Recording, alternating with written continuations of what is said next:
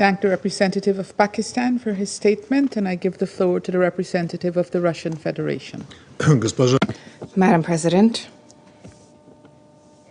we are grateful to the Guianan presidency for the prompt response to the request from Russia, China, Pakistan, and Algeria to convene this meeting. We thank the UN Secretary General for his opening remarks, as well as the Undersecretary General for Political and Peacebuilding Affairs and the Director of the IAEA for their briefings. Madam President, exactly a week has elapsed since the start of the escalation of the Iran-Israeli conflict, which the Security Council discussed on the 13th of June. In this time, the world has been flooded with images depicting the night skies over Tel Aviv and Tehran and other cities lit up with explosions of tens and hundreds of rockets. The apocalyptic predictions have become a reality. People in both countries have been forced to take shelter in hideouts with each passing day. The list of civilian casualties on both sides lengthens. As a result of the closure of the airspace in the region, many third country civilians have become entrapped and they are striving to find a way home. The Iranian peaceful civilian nuclear facilities continue to be targeted, and this is liable to plunge us into a hitherto unseen nuclear catastrophe.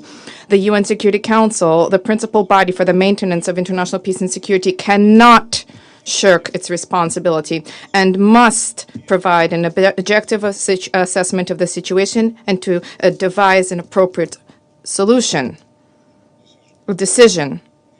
We cannot deny the obvious facts. It is indeed Israel which attacked Iran on the eve of the latest planned round of indirect talks between Washington and Tehran.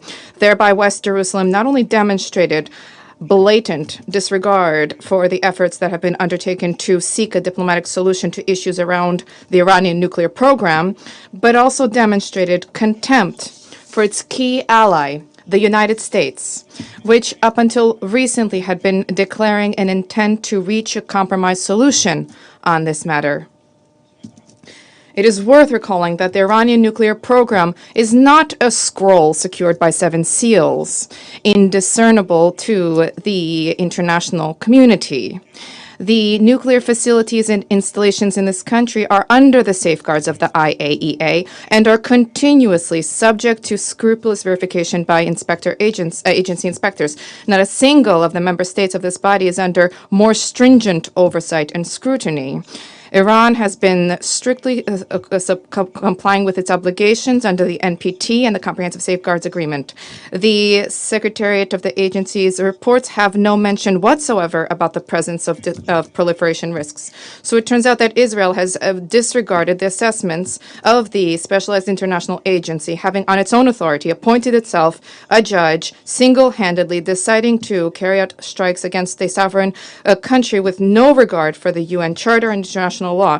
Just recently, in the Middle East, a tragic precedent occurred of an invasion into a state under the pretext of alleged presence there of WMDs, which subsequently failed to materialize. It's a pity that the United States, which demonstrated to the entire world this discredited example in 2003, which generated suffering for millions of people, does not wish to learn from its own mistakes.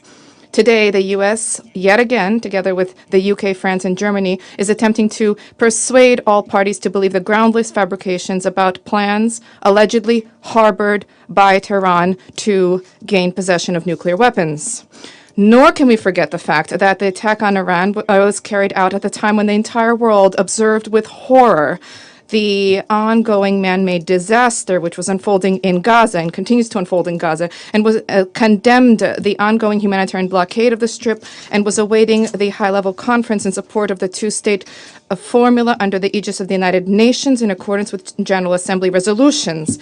Instead of reverting back to the sole possible negotiated peaceful settlement in Palestine, Israeli military political leadership raised the stakes and expanded the geography of the conflict in the region. Perhaps the Western Jerusalem's calculations also are to have the new military misadventure detract the international community's attention away from the crimes perpetrated by Tzahal in Gaza and the West Bank. We have seen highly perilous attempts to drag third countries into this confrontation, and this, as was rightly noted by the Secretary General, would have colossal consequences, not just for the stakeholders and the parties engaged, but for the entire region, international peace and security as a whole. We concur with Mr. Guterres' position about the need to avoid internationalization of the conflict. Madam President, the present escalation around Iran did not start yesterday. Having attacked the country, Israel first received a direct pass from a host of Western states. The rhetoric uttered by British, French, and German diplomats in the lofty chambers of the UN Security Council and the IAEA Board of Governors are equally dangerous, just as dangerous as the deadliest weaponry. The blatant blackmail of the leadership of the agency in order to compel it to draft a vague so-called comprehensive assessment on the Iranian nuclear program, pushing through biased anti-Iranian resolutions at the IAEA Board of Governors. All of this made those countries effectively complicit in the Israeli aggression. Let's recall that this specific IAEA report was one of the justifications used by Israeli leadership for the attack on Iraq. What is telling in this connection is a cynical statement from the German Chancellor, Mr. Merz, about, and I quote, Israel doing the dirty work for us. End of quote. The fact that the launch buttons are being pressed by West Jerusalem does not absolve Washington, London, Paris, and Berlin from responsibility for what is taking place. Russia views the ongoing intense Israeli attacks targeting civilian objects in Iran as completely unacceptable and unlawful under international law. As a result of these reckless actions, unacceptable threats are being posed to international peace and security. Nuclear facilities cannot be targeted by strikes. We demand that West Jerusalem immediately cease attacks and raids on Iran, first and foremost the nuclear facilities which are under the protection of the IAEA. We expect that the agency leadership will draft in short order a detailed written report and response to the reports for consideration of the IAEA Board of Governors and the Security Council with a frank assessments of the damage sustained by Iran's nuclear and energy facilities, as well as the safeguards application in that country, including in the context of the presence of inspectors there, inspectors whose lives were under imminent threat. We take note of the clear Iranian statements about its steadfast commitment to obligations under the NPT and the willingness to resume contact with Washington to forge possible solutions that dispel all baseless suspicions and biases vis-a-vis Tehran's nuclear program under the condition that Israeli attacks cease. We support this position. We share the Secretary General's call for an immediate de-escalation resulting in a ceasefire. We firmly believe that a resolution can be provided for in a sustainable way only through diplomacy and negotiations. The goals of nuclear nonproliferation, whose cornerstone is the NPT, cannot and must not be attained through aggression at the cost of innocent lives.